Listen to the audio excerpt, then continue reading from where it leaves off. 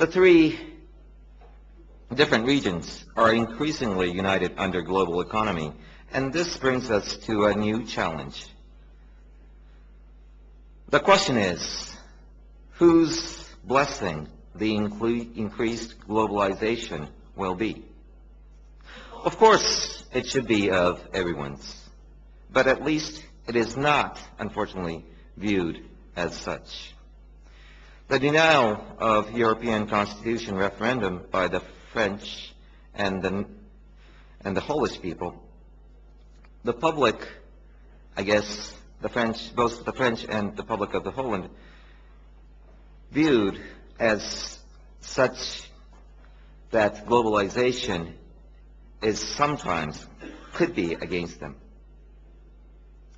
I would say information technology have opened up opportunities for producers of the developing countries to enter into global markets and at least blessed the haves of the developed countries by bringing down the prices for commodities. On the other hand, through the process of globalization, certain jobs of lower technology and higher labor concentration are shifted to developing countries. This led to lost jobs for some of us. The other side of globalization is that patent or license of certain technology may actually solidify the difference in wealth. People in the developed world start from a different starting point, as Mrs. Christine Lagarde mentioned that she mentioned about the ladder. So the developed countries starting from a higher end of the ladder, and the people on the developing countries may start from the lower end of the ladder. So, and if the starting point is different, it is not easy for them to catch up, particularly in the sense of higher technology concentration. Technological concentration is very difficult for those who want to catch up, if you may realize that. Moreover, actually, I believe the next stage of a global competition would increase competition for attracting talented individuals to each economy. Let me rephrase this by saying that economy consists of goods and funds and technology. The first phase of globalization was the competition for goods. In other words, the trade war was the first phase. The second phase, I guess, is how to control or how to deal with the flows of funds. And I think what we are seeing today is the competition for talented individuals. And it is not easy to stop the flow of the talented individuals. Now, actually, the countries and regions with more money and better opportunity would attract talents from other areas, particularly from the developing countries. The global competition, therefore, as I mentioned, has shifted, I guess, to a certain extent.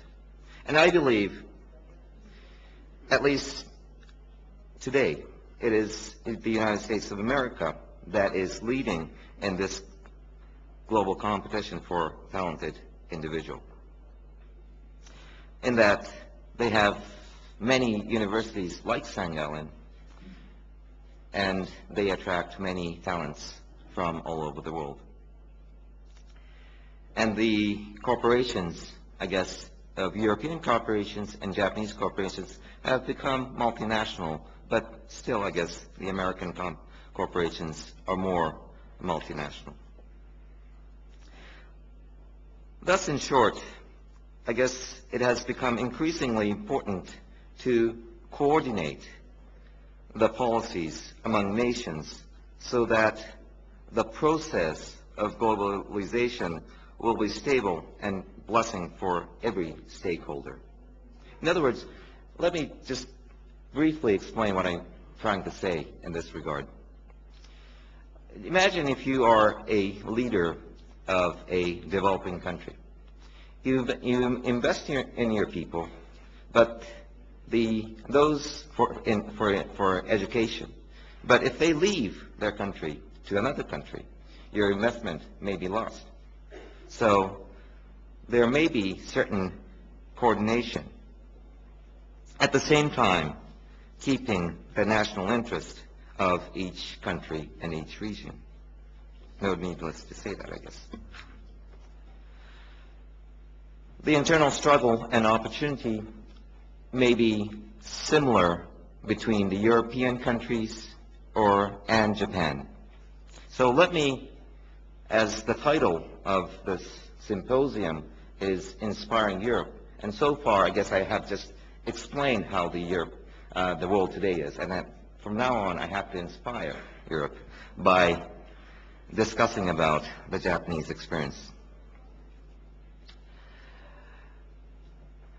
The challenge that we have is very similar to the challenge that Europeans have. The growth rate-wise, our growth rate is very similar to yours. Demographic-wise, we are one of the most rapidly aging society. We will lose population starting this year. In 2020, 1 in 4 Japanese will be older than 65 years old. That means, and by 65, I hope everyone would be able to receive their pension. And if that is going to happen, those between 20 years to 64 years old have to supply the funds for the pension.